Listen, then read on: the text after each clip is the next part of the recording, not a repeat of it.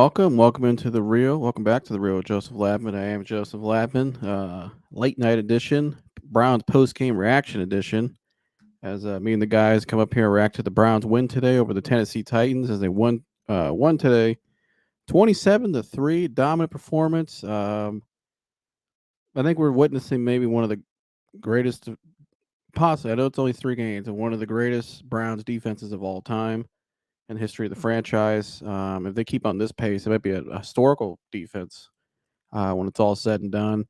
Deshaun Watson bounced back today, looked great. I think it was 27 to 33, about 286 yards, 2 touchdowns. And I had almost, I think it, how many yards rushing? Mike will tell me. I think almost 350 yards rushing, so almost 400 yards total combined from Watson from this game. Would have been almost 400 if he didn't get the Amari Cooper play wasn't called short when he didn't step out of bounds. But overall, though, dominant performance today from the Browns. Kicking was good. Special teams was good. All 3 phases of the ball. Definitely bounced back from Sunday night. I finally saw what I wanted to see from Kevin Stefanski in the play calling. I called it out on Tuesday. I was very dissatisfied, to say the least. But I think they panicked in that game Monday night. I think Kevin went back to his, original play calling, which because he lost Nick Chubb in that game, and just it was just a rough game that night. But I think today was what you expected to see. A lot of the creativity, downhill, vertical attack, running game was still pretty good. Jerome Ford was really good. Just overall balanced attack on offense, but really aggressive. They took Watson more in the gun, empty set, a lot more just shorter routes to start off, and then they started stretching it out. He had some beautiful throws.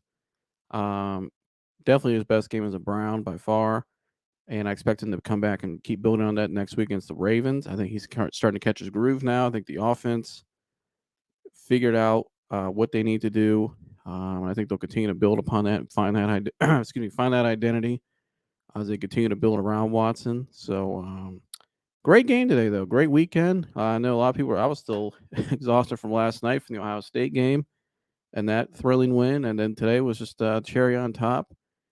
Great win, but Myles Garrett might be the best player in the world when he's playing like that. And that's why I put Jim Schwartz as the thumbnail. What Jim Schwartz has done is nothing short of remarkable.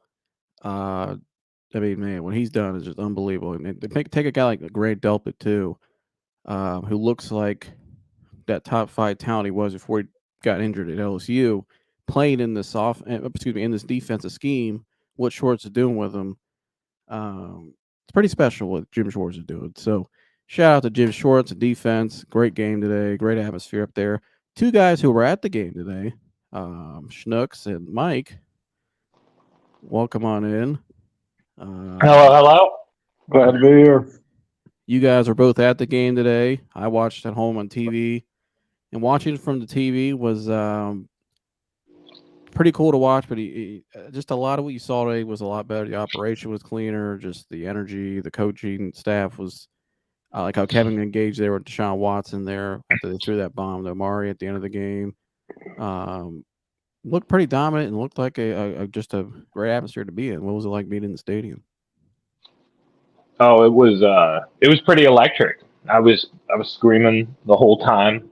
It was really fun to just be around the fans and experience just Watson's comeback game. Everybody was really hyped.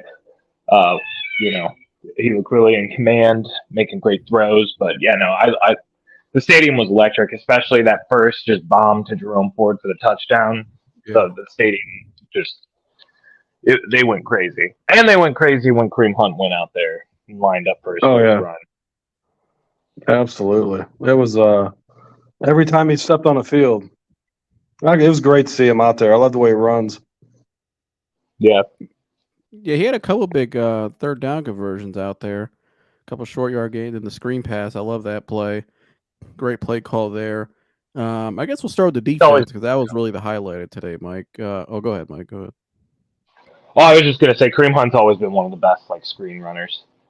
Oh yeah, he's great at that. He finds the little lane to cut in and get the first down. Very patient too. I always like about Kareem Hunt is how patient he is as a runner, as a pass catcher when he has the ball in his hand. Very patient and just takes and just finds the lane and goes. Runs very hard. Um, what did you guys think about the defense overall today? What do you think about this defense going forward as a whole? I think we're looking at maybe a historic defense if they keep this up. I agree with you 110%. The I I don't think I I thought there would be some issues with the defense going in. Like I didn't love our linebacker room. Our linebackers playing great, safeties are playing great, corners are playing great. Everybody on that defensive line is just completely um, like changed from last year. Even like the players that aren't new additions, like Alex Wright has a more refined role in the offense. Even Jordan Elliott, even though he's still not a great player, looks better under Schwartz's scheme. And you already mentioned Grant Delpit. He went from being like, maybe this is a whiff. He was just good in college kind of player to he is the second highest rated safety in the NFL right now, and he's playing like it too. Like All he because of passes guys. coaching. All because of Yeah. a lot of people thought Grant was washed. A lot of people thought some of our linebackers weren't good, but I kept saying all year, it's because the coaching was that bad. You can't listen. Man, these guys are NFL players. And I mean, every player is great, but some of these guys, you're like, you can't be this bad. Like, no, you can't say like every player is bad. It's just they were just a horrible scheme the last 3 years. And were not utilized properly. Now you put them with a real coach that knows football and plays chess, and look what happens. Well, Right. yeah.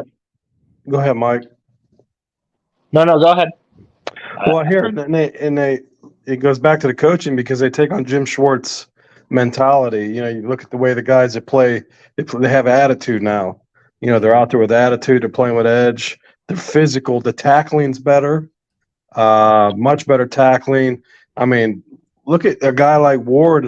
Ward's not the biggest guy in the world, but man, he's been laying the wood on some dudes, and that just goes back to the coaching. That's just, you didn't see that last year. You didn't see that the year before.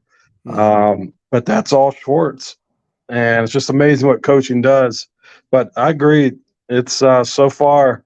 Gosh, Mike, I think going into the halftime, I think the Titans were maybe at like net 18 yards, something like that.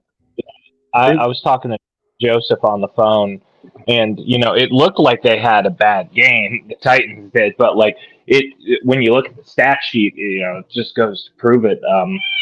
Derrick Henry, who is premier back in the league, finished with 14 carries for 22 yards. Right. And Ryan Tannehill, they were held under 100 yards of total offense. If it wasn't for the Elijah Moore fumble, they don't score a single point. It's funny, and a couple of Browns media personalities have said this, but it's like, we're no longer worried in like third down situations, especially like last year, it would be like third and long, or third and 12, third and 14, would be like, how are the Browns gonna let them convert this? And now it's like Chad Henne's never gonna scramble up the middle again for third down. Yeah, it could be 3rd and 2, and I'm like, they ain't getting this third down. Like any team, I think if you're 3rd and 7, 3rd and 8 against this defense, you probably only got a 30% chance at best. The way they're playing. I mean, pass rush. I mean, you got to be Patrick Mahomes and Travis Kelce, I think, because it's an elite pass rush. And look at guys coming out the rotation, like Alex Wright comes in. I think he had 2 sacks. It was just wrecking the game in the fourth quarter. I'm like, this is our bench guy.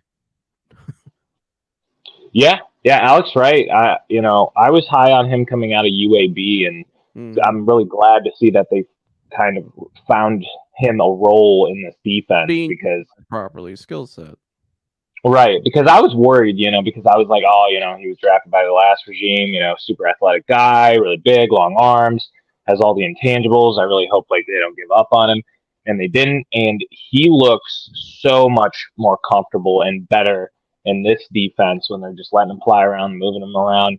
Had a sack, had a couple of really good run stuffs, and the player that I want to talk about, who honestly good for him because he was on the rise as one of the best defensive tackles in the league a couple years ago, and then he just got hit with that injury bug and kept getting hurt and hurt and hurt, and just kind of floated around as Maurice Hurst. Maurice Hurst has been disruptive in the pass game, in the run game.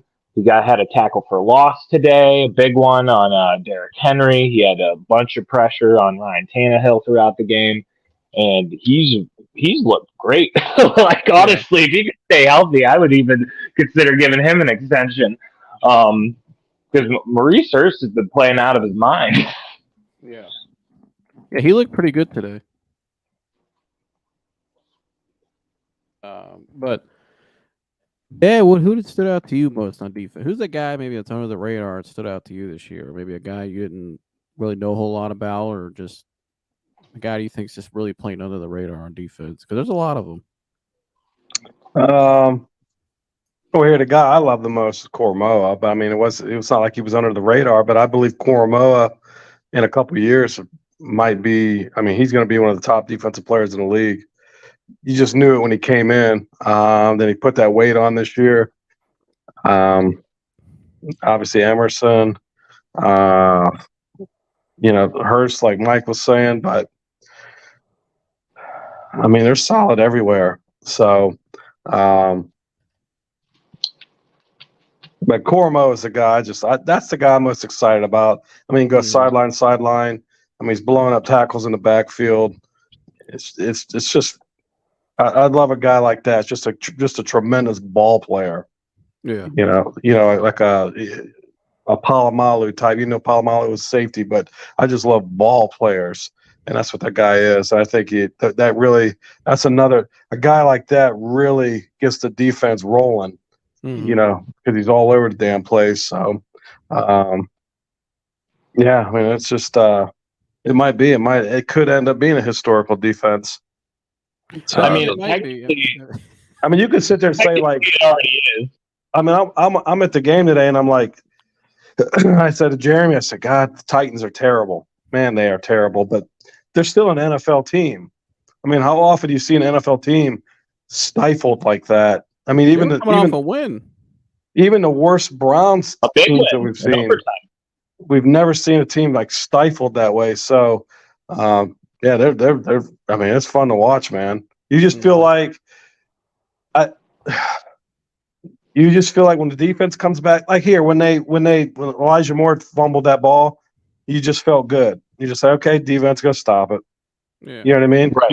We've never been able to feel that way. So, it's just awesome. And the defense is taking pressure off Deshaun. It's a line. The offense starts off to a little slower start because, you got a comment here from Mom, Dad. So, if the offense starts off to a slow start, the defense can bail them out, give them time to get hot, which is kind of what happened there a little bit. Although Deshaun looked like Houdini to start off. The escapability looked like 2020 Deshaun. Yeah. I mean, just evade. How many sacks do you think he evaded, Mike? I mean, it had to been like 7. I counted 3.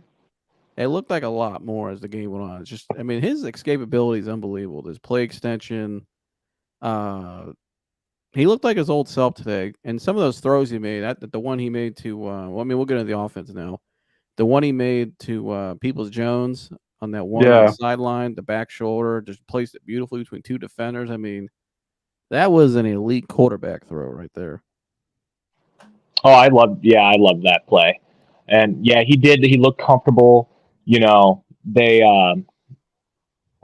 just looked completely in command of the offense. And like you said, he looked back to his old self. I mean, if you flipped on Deshaun Watson from 2020, that's what it looked like. My personal favorite play of the day is he escaped 2 sacks in the same play. He just bounces off 2 Titans defenders and then is rolling to his left and then completes a pass to Elijah Moore. And it was a 3rd down play for a 1st down.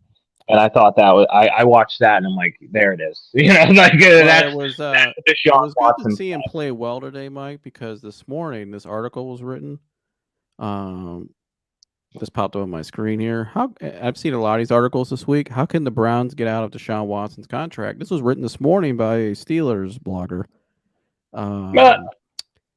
Yeah, that didn't fare well all week, did it, Mike? After today, No, and that's the thing with football. You can't overreact. Like, it's week 3. Like, even like, I mean, hell, Joe Burrow's had bad games. I mean, until today, I mean, Patrick Mahomes didn't have like a crazy good game. You know what I mean? That's the whole point. Is guys have had bad games, but one guy has a bad game last week, and this is all written all week right here. Right. This is all we heard all week. So what are they going to write now? Was it overrated today? We need to see more. Is it ever going to? It's never going to be enough. We know that. But my whole point is I like how when they asked him about it this week during the media press conference, Wednesday or was it Thursday, whatever it was, he's like, yeah, I hear it, but I don't really pay attention to it. I just keep focused on what I can control and what I know I could do best. And you saw that today. He wasn't paying attention to all that crap that was written all week. Everybody's saying he's the worst quarterback since sliced bread. Baker Mayfield's better, and all this we see here on the screen. Right. I thought he responded really well. And I thought you saw the more poise like we didn't see last week. You saw poise this week, and you saw that guy that we know he can be. Yeah, and I knew it was going to come back to him. Like, here's the thing. People, like, and I don't understand these media talking heads because, like, and I said this after his last 6 games last year, where it's like, you know, if he would have looked in those 6 games like his athleticism had wavered, I would worry. If his, the zip on the ball had wavered, I would worry. But it was never any of that. It was just getting used to the offense, getting back into the speed of the game. And, you know, historically, Deshaun Watson has, started a little slow. And, he looked great today. And so did the run game. You know, they were running the ball with 4 different players at times. Right. And I thought the play calling was excellent. I thought one of the most interesting plays I've ever seen. I didn't even know what the hell was happening. I don't think anybody in the crowd did. It was the triple reverse. Yeah, the triple reverse screen. Watching more and then it worked. It got like 15 yards, but I didn't even know what was happening. I was like, what? Like, it was funny. It was one of those plays you're just like looking left, looking right, looking left, looking right. Dad, what did you think about Deshaun's performance, his bounce back game today, and that article too? Well, I think the article is just absolute BS. I think it's never going to stop. You know, here it is what it is. No, these guys are just media pundits. They're idiots. You know what I mean? But I'm with Mike in the first quarter when he evaded those 2 sacks. We're at 2 different times in that one play. He could have been sacked, and he threw that ball out to Elijah Moore. I looked at Jeremy. I said, that's what we're paying for. You know what I mean? Being able to extend plays like that. But it was just nice. First quarter, he threw that ball back to Elijah Moore. I was kind of like, what the hell? But he responded, and he finally found his rhythm. Some of those passes like that, the pass that we got robbed on with Cooper where they called him out of bounds. I mean, just where he dropped that ball at. When I say drop, where he threw that ball. So all of his passes, he had a lot of. You didn't see any thrown behind the receivers. He looked really good. Looked, athletic. Scrambling. It looked like the dude from Tennessee, or Texas. So, it was just great to see. And and the ball was shared. A lot of Peoples-Jones got some touches. Moore got touches. Cooper got touches. So it was coupled Kareem Hunt. So you got everybody was involved, which didn't happen last week. And you got all that talent, which I was bitching about last week, having all that talent, and all that talent finally got used. So they maximized the talent, but it was creativity in the play calling. It was dynamic play calling. It was a lot more the dynamic plays. It wasn't just like the stuff we watched for 3 years, which was like watching paint dry. It was exciting was Nick Chubb. They were doing some crazy, like the one play where he did get sacked and he threw the ball backwards. That formation at the beginning of that we were like, what the hell kind of crazy formation is this? Yeah. Oh, I was saying. Yeah, it was just like, what in the hell? Yeah. But I like it though. But no, I like my favorite play of the day was the Harrison Bryant QB sneaks twice. did it twice. I like that too. It works. Yeah, I mean, big boy, why not? I mean, Right. you know. But we'll get into the box score here. We'll take a look at this. Mike, what stands out to you the most? Let me load it up here. On the box score. Let's see here. We got Deshaun, 27 of 33, 280 touchdowns. Only sacked 3 times. Jerome Ford, Mike, 10 carries, only 18 yards, but he had a touchdown. It was more of a running game committee today, I guess you could say. If you want Because, I mean, what is that? We had, 80? Or, okay, the team, had about 80 yards. So, more of a running back by committee there. Even guys like, Marquise got a carry. Elijah Moore, to give it him 3 carries today. I like Pierre Strong though, Mike. I like his speed. I like his upside. I think they'll use him a little more. They played him early too. They didn't just put him in garbage time. Yeah, and it looks like he's going to be your facto kick returner now. I don't mind. He got the ball out, and I think he just kind of got a little slap happy the first kick because it was the first play he'd done for the Browns, and he took it out when he really shouldn't have. But what stands out to me, at least on this box score, is look at to the left. I'm sorry, Yeah, I gave Derrick Henry a few less yards. He had 26 yards. No, he had 20 yards. Oh, he had 20 yards. The team He had had 11 carries, 20 yards. Tyjae Spears, 4 carries, 6 yards, and only 26 yards rushing for them. That's their whole offense, is the rushing attack. Yeah, and I think that stands out to me because, I mean, this was our biggest problem last year, was teams could just run all over us. And I know the past 2 weeks, the Bengals never have a good rushing attack. The Steelers don't really have a good rushing attack. So I was looking forward to this game because I was like, this is going to be the true test to see if the defense's run stopping ability is real. And I think it's safe to say now, not only is the defense real, but that run stopping ability is absolutely real, and they can stand up against any running back in the NFL. If you could stop Derrick Henry and hold him 20 yards, you can hold anybody. Right here. I mean, now we're going to the receiving part of it. DeAndre Hopkins, he got 7 targets, only 3 receptions, 48 yards. He took that away pretty much. Treylon Burks, look at that. Treylon Burks had 6 targets, only 1 reception. Not a whole lot there for them in the passing game either. You look at our passing game, though, very efficient. Amari Cooper, 7 of 8, 116 yards, and 1 touchdown. What a 43-yard bomb, which really he almost had what would have been if he would have scored there? At least 50 yards on that one they said he stepped out, but he didn't. Yeah, he would have. Yeah. He caught that. It was like a 20-yard, 30-yard completion, but then there was that bomb that he caught for a touchdown, and that was a 40-yard catch. I like what stands out to me, though, is the efficiency.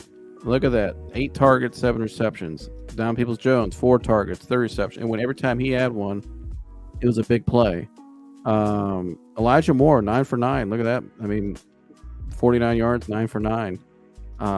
Jerome Ford had the big one. Jerome Ford ran a hell of a route for running back right there on that sideline. He did. I was like, yeah, we all stood up. The whole crowd stood up. As soon as he broke free, because we were, whoa, he broke that dude's ankles. It was bad. It was a thing of beauty, and Deshaun threw a perfect ball. It was great. Oh, and fun fact, you want to hear something that stands out to me about the offense? Deshaun Watson today recorded the highest completion percentage of his entire career this game. Really? Yep. Damn. Oh, is his completion percentage on there? His completions per attempt? Just divide it. It says 27 of 33.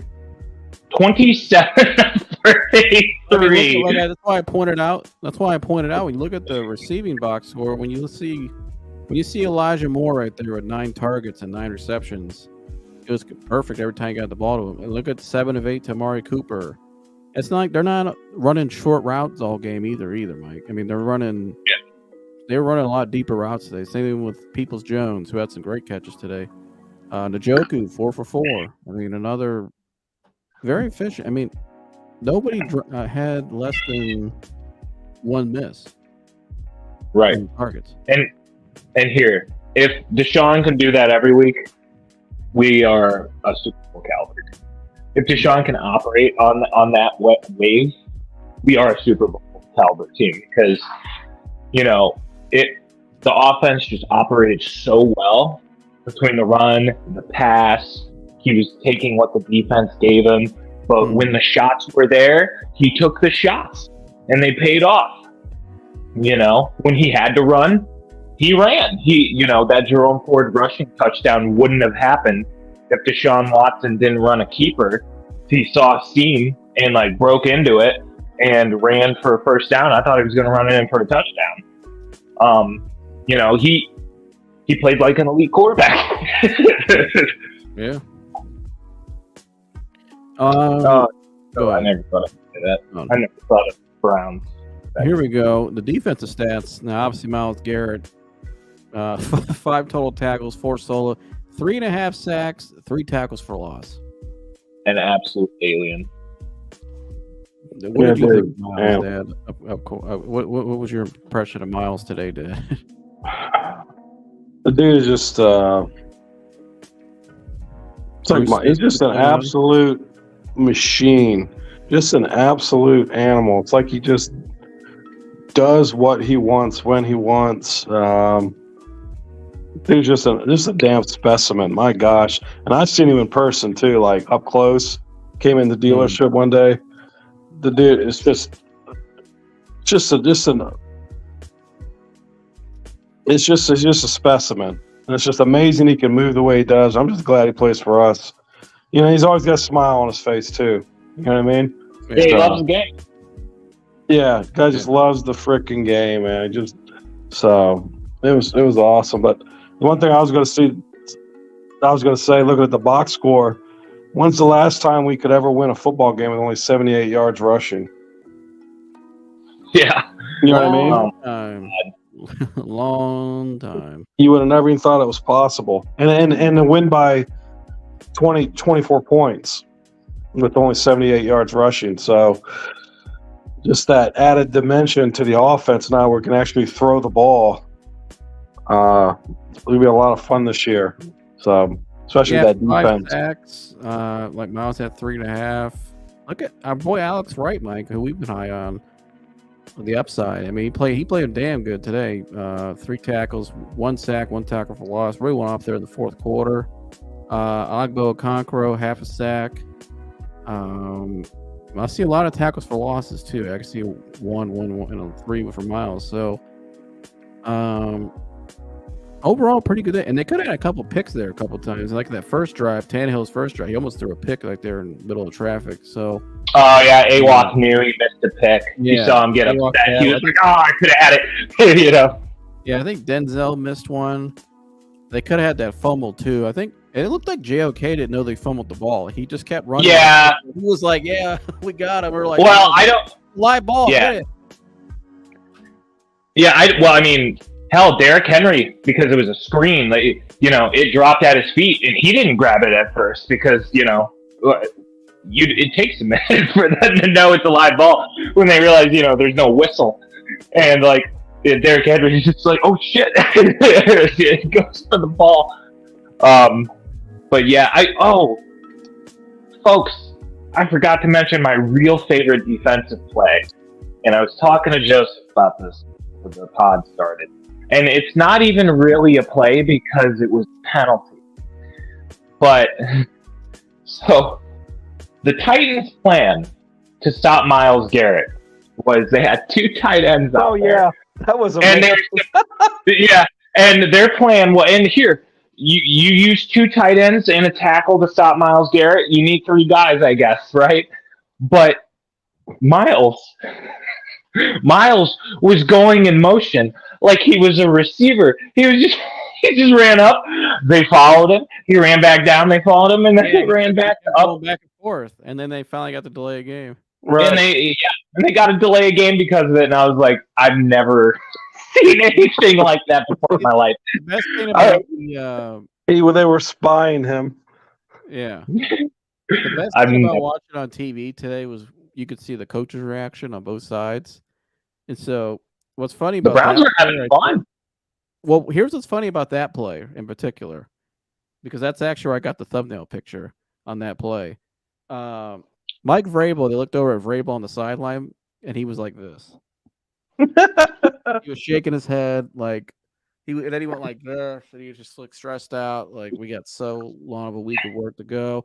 And he looked over at Shorts, and Shorts was like this, and he kind of was smirking. He was like, like it was funny. You gotta go like back they should have never given me a Myles Garrett. Yeah, like it was funny. That play was like really summed up the whole day because it was afterwards. The coaches, you saw him like this, and then Shorts was like smirking, like, "Damn, like we got him good." But my favorite moment of the day, with the coaches though, was when Deshaun threw that bomb at the end of the game, and then him and Stefanski. You don't see Stefanski usually act, Stefanski's usually very calm, cool, professional. Yeah, he's not an emotional coach. I like him though being a little more emotional. I like that. I like the fire coming out more. I think it's actually better. And yeah, he jumped up there with Deshaun, and well, he did not jump. Deshaun jumped at him. Kevin actually said in the post presser, he's like, "Oh, I can't jump. I don't jump." Yeah, Deshaun said he told him he's like, my ACL and stuff doesn't allow me to do that, Deshaun. But Deshaun's like, man, I thought you played safety in college. What are you talking about, coach? But yeah, it's funny. But I like seeing that, and I like because you know what that really said to me. It was like what we saw last night from Ryan Day, as emotional he was. He saw his guys get battered all week in the media, and he saw his quarterback, get slandered all week. And I think that's what that play said to me was like, I got your back. Like we did our thing today. Same thing with Ryan Day last night. Everybody's been bashing McCord, everybody's been bashing the Ohio State, saying they're soft and all this, crap. Even though they play like any other football team nowadays, that's what football is nowadays. So, yeah, I like that though. I like seeing that from Stefanski. I just think the whole Jim Shorts, man. That might have been the best hire of the offseason, Mike. I'd have to agree. What he's done, it's not just defensively either. It's just the whole culture. You could see it. Yeah. I mean, he's done. What's that? That church song? Like, he done miracles on me, like that. Like that's how I feel with Jim Schwartz, dude. Like he's out there. Do that again, Mike. Do that again. I ain't gonna do it again. Nope. Oh, you motherfucker. But honestly, dude, like I was hopeful that we would be like, I was like, okay, we were like, I don't think people really understand how impressive. I'm sorry, I'm just at a loss for words because of how impressed I am, because we were a bad defense last year. We were a bad defense, and we added so much new personnel. We added, think about how much new personnel is on that defensive line. Who's as far as the starting defensive line? You know how many starters there are on that defensive line from last year? Look at this right here, Mike. Look at this. Is the team box score now? Look at 6 first downs for Tennessee overall. We had 23. Yeah, right. Zero rushing first downs. Yeah, it's insane from a team like Tennessee. Like the total yards, 341 total yards, right? The 94. Right, and like what I'm saying is like we have one defensive starter from last year. His name's Myles Garrett, and then we add a new DC. I don't think people understand. Like I was hoping we would be a top 10, top 15 defense. We went from the 27th ranked defense in the NFL to, at least right now, per the stats, the second to first, depending on who you ask, best defense in the NFL. That is unprecedented. as far as improvement. That is unprecedented as far as just everything. He just completely changed the defense around. And I agree. especially in the rushing, because, like, God, this team has had so much issues. I was so worried that in our rushing defense, like, how many bad habits have they formed having Joe Woods for so long? Like, what can Jim fix in, like, 1 year? Not even 1 year, like one off season. And it's completely Shows you, man, it was all really just schematic. Yeah. It was personnel, obviously. They had to go out and get the guys, but it was getting the guys and put them in the right spots. Right. And, you just reminded me when you were reading off the names, Obo Okonkwo is a dog. Like, he is a start dog. on many other teams. I mean, hell, he did last season. That's what I'm saying. But right now he could start on other teams. I think Alex Wright, unlike the Houston Texans, a team like that could find his way as a starter by the end of the year. If Alex Wright continues on this trajectory, he's going to be a very, very dependable player for us for years to come. Oh, yeah. Yeah, Shelby Harris, big man. He's been doing great. I mean, Dalvin Tomlinson is quietly having a great season. He's even throwing Jordan Elliott out there, too, in rotation. I mean, hell, Jordan Elliott's looking productive. I mean, he's still getting blown off the ball a little bit, but, like, I mean, but it's the scheme. You know what I mean? It's like you said all season, Dad. Put these guys in the right scheme, right, and watch what they do. That's what good coaches have. That's what good coaches do. And we just have guys. Dustin Hopkins. Oh yeah, he's been lights out. 50-yarders today. That's Big D right there. That's not Dustin Hopkins no more. That's Big D.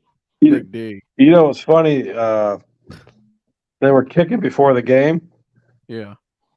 And he was kicking like 60-yarders, but they were kicking right over the kicker from the Titans. Mm-hmm. Mm-hmm. They were kicking over top of them. It was the craziest thing in the world. Yeah. I don't know if they were just being dicks about it, but the guy, like the kicker from the Titans, he's kicking like 40-yarders. You know what I mean? They just back up right behind him and just kick one right over his head. They were kicking him like 60 yards. Yeah, and then they turned around, went to the opposite side of the field. Yeah, just you're in our way. You're on our field. But I do want to go ahead, Mike.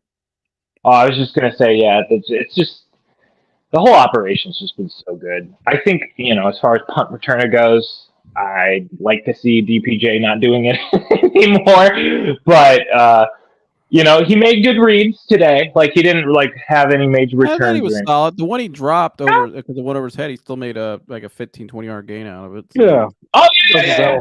That was a hell of a punt. I think you have to let him do that, Mike, to keep him engaged, because he's the third option right now. Right. So I think you have to do that just to keep him engaged, because you don't want him to get disengaged, because you might need him. You never know. And here he made some big plays today too. He's really good on third down, and makes some tough. He's always made tough catches. Blocks well in the perimeter. Like, you got to keep him engaged. You need that kind of guy. So, right.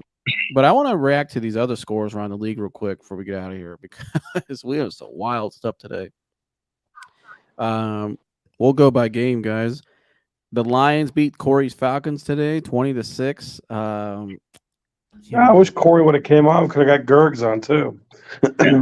Yeah, Corey, he's been ducking our calls all day, folks. We try to reach out. No wonder he won't come on. He won't come on. He's always got an excuse. He can't come on. His only excuse because he doesn't want to come on to talk about the Falcons, because he knows we're going to grill him about it.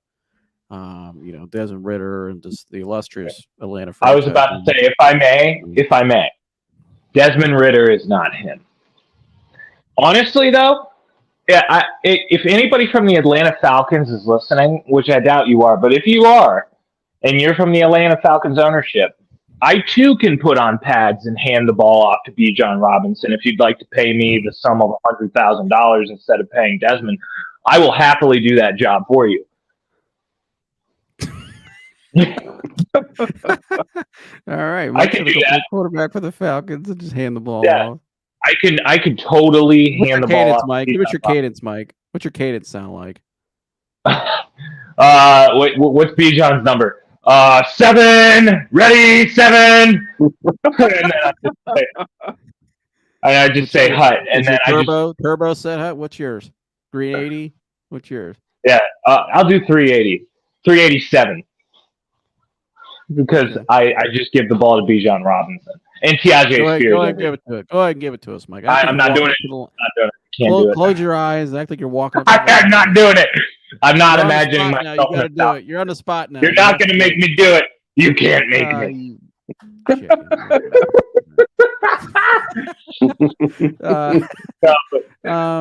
anybody wants to pay me that, you're from the Falcons, let me know. I'll happily give the ball off to Bijan and Tiaje 20 times a game, and you can just give me $100,000. We'll just call it even. I'll even throw like a little 5-yard route to Kyle Pitts here and there. Yeah, I could throw a tight end screen probably. I want to see that. Tight end. I think Mike's quarterbacking would go. I couldn't be worse than Desmond Ritter.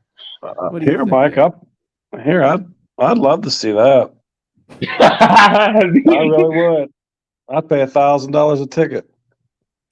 Yeah, because you saw him play basketball. We saw your basketball skills. You showed up with iced tea. Wouldn't it be the funniest thing if, like, I went out there?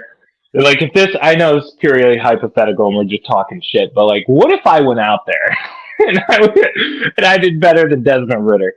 I mean, I think, at this point, run quarterback by committee. What's their coach's name, or what's their GM's name, I mean? Well, if we had the fellow Falcons fan up here, you could tell. Yeah, where's the Falcon super fan? I don't know. Yeah. But, like, dude, here's the thing, here's the sad part, is they could have, like, if they just would have been the one team to have wanted to offer Lamar money, if they had Lamar Jackson right now, they could win the NFC with that team and that talent, but the quarterback is their biggest problem. Like, it's sad almost, because it's like, what is this team going to do? I think now they're going to be stuck in that they have good talent all around the quarterback, but not the quarterback. And the quarterback's just bad enough to bring them down, but just good enough to stay middling. So they're going to be in the middle, where the Falcons, unless they trade, aren't going to be able to get a good quarterback. No, that's why they went all in for Watson, because that was all they had. Yeah, well, I mean, they could have done it for Lamar. You know what, though? This is probably Kirk Cousins' last season in Minnesota. And hot take, I think Kirk Cousins would do pretty well on the Falcons. Maybe. I don't know. I think if I'm the Falcons, I'll be honest with you, Mike, I might just tank this year. This is a great quarterback class. I'm tanking for the quarterback. You got it. But I don't know if they're going to be bad enough to do that. They have so much talent. What's the point in being 7 wins? You're not going anywhere without the quarterback. I understand that, but it's hard. My point is, it's hard to tank when your team is doing stuff like that. Like, you can run stupid plays to try and tank, but their talent is so good. I mean, they got guys everywhere. It's like the 49ers. Like, you're so good every year, you make it far every year, but it's like, how long can you go without not getting the guy finally a quarterback? You know what I mean? Like, At some point, you got to get the guy a quarterback. You have to have that quarterback to win. But moving on, though, we'll talk more Falcons if he actually shows up. I texted him, told me he's getting called out right now. He needs to show up. It's a bad outing for Corey tonight here. So, how about this game, Mike? This is probably the craziest game I've never seen a score like this. 70-20, the Dolphins over the Broncos. Broncos country. Let's die. Yeah, pretty much. Number one, the Dolphins are for real. One of the best offenses in the league. Maybe the best offense in the league right now. Tyreek Hill is the most unstoppable receiver we see on the outside since probably, I think, Randy Moss. I think he's Midget Moss. The Broncos, though, my gosh, all that stuff for Russell Weirdo, as people call him now, that's his nickname now. You gave him a first-round pick for a coach, and you're getting fifth, losing by 50. Yeah, what's What do you I think, would Dad? I would fire Sean Payton. I would move the I would have team. fired him tonight. I would move the goddamn team at this That's point. what I was It's like, surprised by, because everybody talks about Sean Payton's a great coach, but I'm like, and he is, but he had Drew Brees his whole career. they gave He's- up 70 points. And Right. Drew Brees in a dome, they only won one Super Bowl. They really underachieved. Really Should have being been honest. fired. Either that or 70 points. that's terrible. And for as much as I might have brought this up when talking about Sean Payton before, but I give Colin Cowherd a lot of shit, but every now and then he will drop something that I'm like, that's not a bad take. And he did this little mystery coach segment, which I was actually a little bit surprised because he's cool with Sean Payton. Like, they're friends. But Yeah, he they're was both just LA guys. yeah, but they did this little mystery coach segment. And in it, it was like, hey, who are these coaches? This guy has this many playoff wins, and this is his win percentage. Yeah, he And did a this coach has comparison. this many wins. And they both have one Super Bowl, and this, that, and the other. And one was Sean Payton. The other was Mike McCarthy, who regularly gets shit on. And their wins, their playoff wins and losses, and they both have a Super Bowl. It was all almost nearly identical. And, like, I saw that and I was like, And honestly, since, both of them have been back in head coaching jobs, I think Mike McCarthy's had a pretty decent run in his second team. Haven't they made the playoffs every year? Yeah. And this year, they're, He has Dak Prescott. Yeah, he has Dak. And, I don't know if Russell Wilson is as good as Dak anymore, but I'm starting to wonder. I think Dak probably is better than him right now. I mean, Russell Wilson. It's one of those things that, like, Russell has to retire soon because it's like, this is bringing Dad, do you want Russell Wilson on your team, Dad? Russell weirdo? No, I think the biggest thing with Russell Wilson is has he good at football? The biggest thing with Russell Wilson is not his play. He's lost his team. The guys don't respect him. The guys don't want to play with him. They don't want to be beside him. He's not, you know what I mean? And that's what one minute he acts like he's all proper. And, right. And then the next minute he acts weird. That's why people say Russell Weirdo. That's what everybody, a lot of people are calling him Russell Weirdo. Because one minute he's acting like very politically correct. And then he's on the things about, let's ride. And remember, Mike, when he signed his contract extension, he was laying in bed with his shirt off and a chain. Yeah. Talking about, oh my gosh. Seattle, just re-upped. We'll get it. He did? Are you kidding me? Hey man, but they showed it on Speak for Yourself. It was like 3 years ago.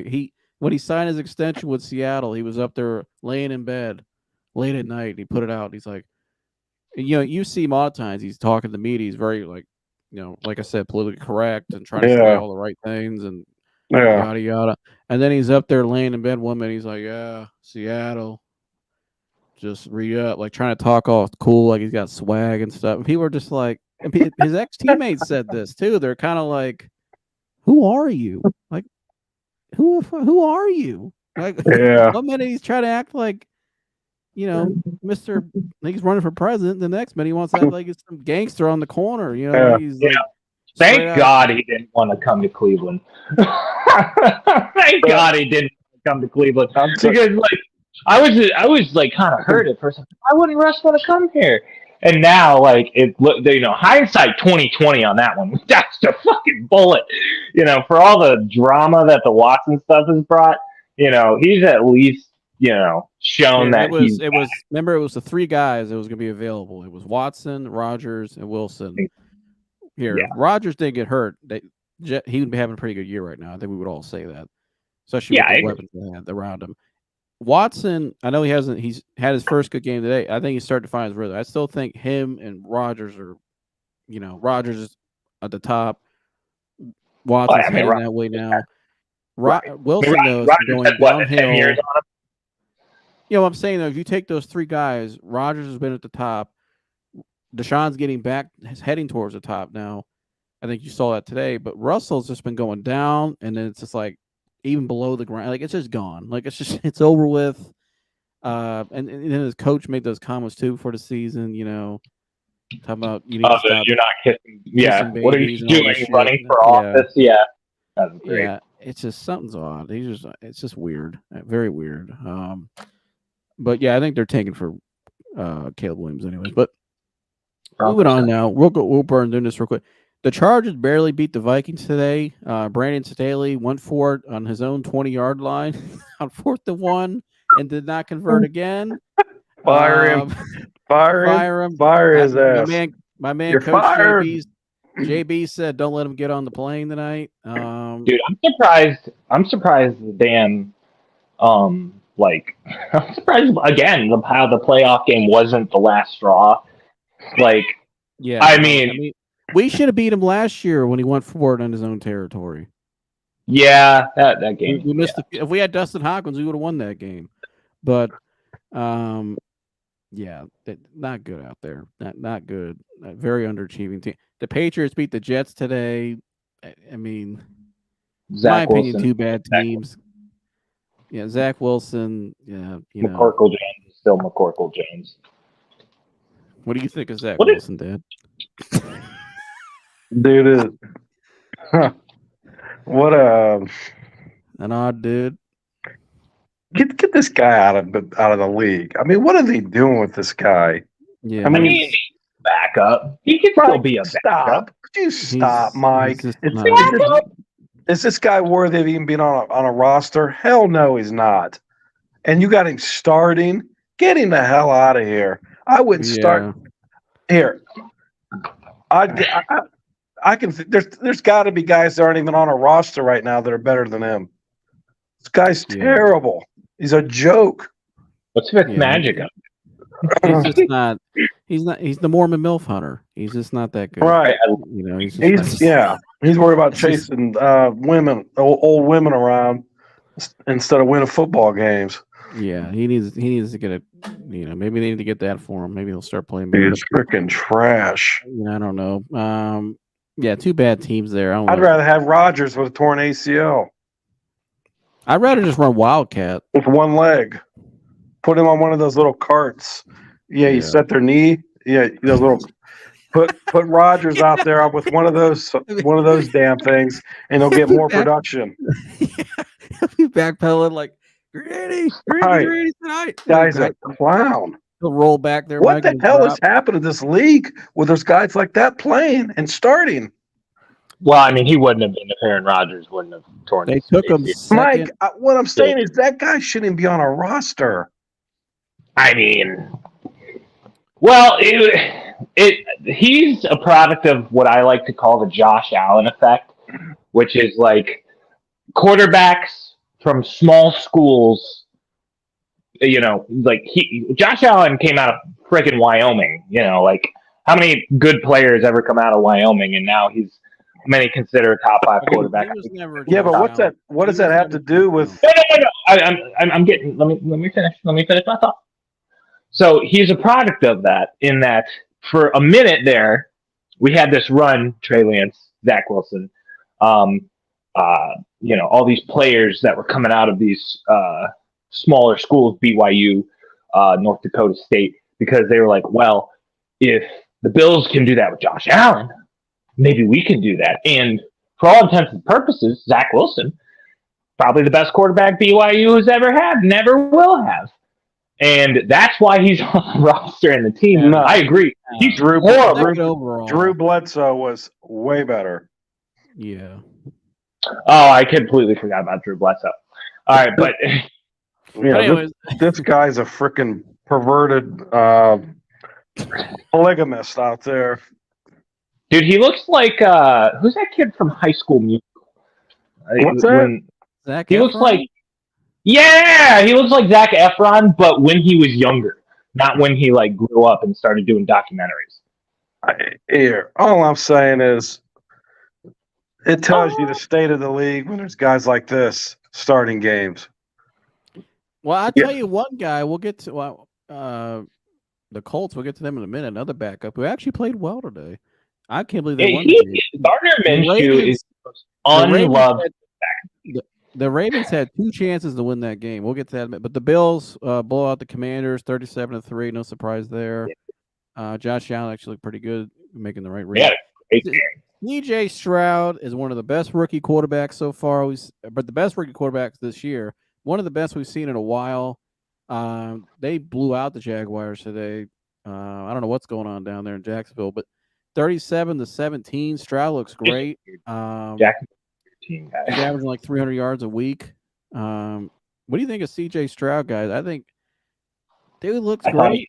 I think I would not surprise. I thought I would have taken number 1 overall because I thought he had the pro game with the size and the arm talent. And I think that's why it's translating. You know, bright guys like Bryce Young. Bryce Young is getting benched already. AR5 is getting hurt. They don't want Bryce Young to get murdered out there. They're but C.J. Stroud, not really with great offensive line, not really great talent around him, making it happen. Yeah. I will admit though the O line did play pretty decently today, which is probably has a lot to do with the quarterback, because the quarterback's is pretty damn good actually, and he should have been number 1 overall. What do you think, Dad? He should have been number 1. Yeah. Bryce Young was never going to make it in the NFL. No. I think it's still too early to say that. No, it's not. No, it is not. I watched enough of him in college, and the only reason he got taken number 1 is because he played at Alabama. That's the only. I don't know how in the hell. He did some crazy stuff. I thought he was great at Alabama. I know, but it doesn't. He was great. But the stuff he did at Alabama doesn't translate to the NFL. It just doesn't. With Stroud, you had a pocket passer. You had a guy that could hang in the pocket, that could read, that could go through progressions, that could throw the ball anywhere on the field accurately. And he's 6'4". And he's very poised. Yeah. Yeah. Well, Bryce is very poised too. Not a guy my height out there running around. Can't even see over the damn offensive line. Yeah, that's right. The problem. And like that is an issue with like health and stuff, but like I still think he's a great talent. I like Bryce. I like Bryson a lot better than Kyler Murray and guys like that. But it's just like that. It's the height and just the durability. He's already getting benched. That's where I'm gonna go back to the state of the league. What the hell is going on where guys like this are being goes back to number college. 1 taken? Well, just like Baker Mayfield being taken number 1, and this guy. I mean, these guys you can't even see over the offensive line. It just these caliber players are being touted as like. Future Hall of Famers. We're taking, Bryce Young. Well, I don't think anybody said that of Bryce Young. If they did, bullshit. Here, would you take somebody number 1? Would you take somebody number 1? Easier franchise. You're basically saying they're going to be a Hall of Famer. Wouldn't you agree? Or at least a Pro Bowler. No, I think you're trying to get like a franchise. Like at least with quarterbacks, you're trying to get a quarterback that you can compete with. Like, I think there are a bunch of good quarterbacks that aren't necessarily Hall of Famers. You're trying to get at least a Pro Bowler. You're trying to get a franchise. Both of you guys are right. You're trying to get that transcendent. You want a franchise quarterback. That's what you're looking for. And he can be a franchise quarterback and good enough. But it's like Matt McChesney said this week, former NFL player on JB show. They were saying, I heard he said it best. He's like, it's the durability problem. Him and Bryce. That was always an issue, right? But it's a problem though. Bryce and Anthony Richardson, who can't develop a passing game yet, they're not going to last. You got 2 of the 3 guys taken in the top 5. They're going to be out of the league pretty soon. I like Anthony. They're not going to last. They can keep. Anthony Richardson's already on the sideline because he's hurt because he can't. It's not going to last. Well, he got hurt in the pocket because the Colts are awful. He didn't actually get hurt. He's taken a lot of hits already, a lot of abuse as a young player. That's not normal for a quarterback. That's not how you play quarterback. It's not going to last. Well, what the Browns are doing is playing quarterback. They're trying to manufacture another Jalen Hurts out of this guy. And I think that's how Shane Steichen turned Jalen Hurts into a monster. I mean, Jalen Hurts before Shane Steichen. Jalen Hurts is also, 6'2"? Yeah, he's 6'2". He's bigger. He's stronger. Yeah, Anthony Richardson bigger than Jalen Hurts. No, I'm talking about Bryce He's not Young. as strong. Though. Oh, I'm sorry. I thought we were still talking. But Anthony Richardson's not as strong as Jalen Hurts, and he doesn't throw the ball as well. He doesn't sit in the pocket as well. Not yet. I don't know if He's he got will. a hell of an arm. We'll see. So did what's his name? He was drafted by the Raiders. And then gained like 350, went to like 400 pounds. What the hell was that cat's name? Oh, yeah, Demarcus Russell. Yeah, he had a hell of an arm too. Yeah, I'm just saying. There's Gardner Minshew. Speaking of, go ahead, Dad. The quality of quarterbacks now is just they're not being developed right in college. No. In college, this is what you see in college now. It's holding up a sign, and we'll just tell you what to do. Just go out there and do what we say. Hey, they're not being developed properly in college. I'll never understand why the Raiders told Derek Carr to kick rocks and then signed Jimmy Garoppolo. I think neither are great. I think Derek Carr's better. Yeah, but he's not. You're not. I mean, I wouldn't. You win a Super Bowl with either of them. Now, I will say this though about the Saints. The Saints had probably the easiest schedule in the league this year, so they actually might. The Saints could very well be the number one team in the NFC by week 12. Well, not anymore. If you look at, okay, but if he was healthy though, if you look at the quarterbacks they have to play up until then, not some great ones. I mean, they could have. Oh, speaking of quarterbacks in the NFC, who I will give love to, Jordan Love. I will give some love to. How did he play in the second half? The first half he wasn't good. No, but he's had a great season so far. He's hitting over 200 yards passing. I think the Packers might have something in the kid. Which, if they do, yeah, I mean, good for them. If they have another franchise quarterback after Favre and Rodgers, I guess we can't question whatever the Packers do with quarterbacks anymore. They haven't struck out in a long time. I mean, and they developed them the right way, I think. So, yeah. I mean, they had 4. But Gardner Minshew, speaking of backups, the ultimate backup, Gardner Minshew got the win today in Baltimore. Justin Tucker missed the field goal in the regulation to win the game. He missed it. And then they could have won the game again. And I don't know. Did he miss the other field goal, Mike? What happened in that game? I didn't see the rest of it. Well, he was short. He was trying to kick a 61-yarder and was short. Yeah, I saw that one at the end of regulation. What happened in overtime, though? Because they got down. In overtime, they I thought the game was over. Well, no, they went for it on 4th down, I'm pretty sure. Yeah, because they could have kicked a field goal and won the game. Right, and it was incomplete. It was a pass to Zay Flowers, I want to say. But they really threw the ball, and they had Justin Tucker in past the 50. I don't know if it was in territory I watched. It was in territory because I remember when they got the ball back in overtime, they were past the 50, or maybe it was a pick. I can't quite remember. I watched the end of it, but maybe it was a pick, and it was like a third down. I like our chances against them next week a lot. To be honest with you, we beat their asses. Yeah, we're gonna beat the crap out of them. But Seahawks and Panthers, 37 points for the Seahawks. Seahawks are starting to click, Mike. They're starting to roll like I thought they would. They got 2 wins back-to-back weeks. Geno Smith looks pretty good. Thank God. That's a pretty damn good team out there, I think, and they're well coached. Chiefs blow out the Bears. Man, I feel bad if you're a Bears fan. You're in the Browns territory now of 2015-16. That's how bad it looks. The Cardinals beat the Cowboys. Satisfied. More than 3, less than 3. 3, 2, 1. More than 3. My boy Josh Dobbs. But yeah, the Cowboys lose to the Cardinals, Mike. And then the highlights of the Chiefs was Taylor Swift showed up to see Travis Kelce play. That was the highlight there. I guess they're dating now. Allegedly, who knows? This stuff's weird. But any reaction to these last 3 games here, guys? Yeah, how in the hell did the Cowboys lose to the Cardinals? That's what I want to know. Josh Dobbs is an MVP candidate. Cowboys. No, their defense held up pretty well.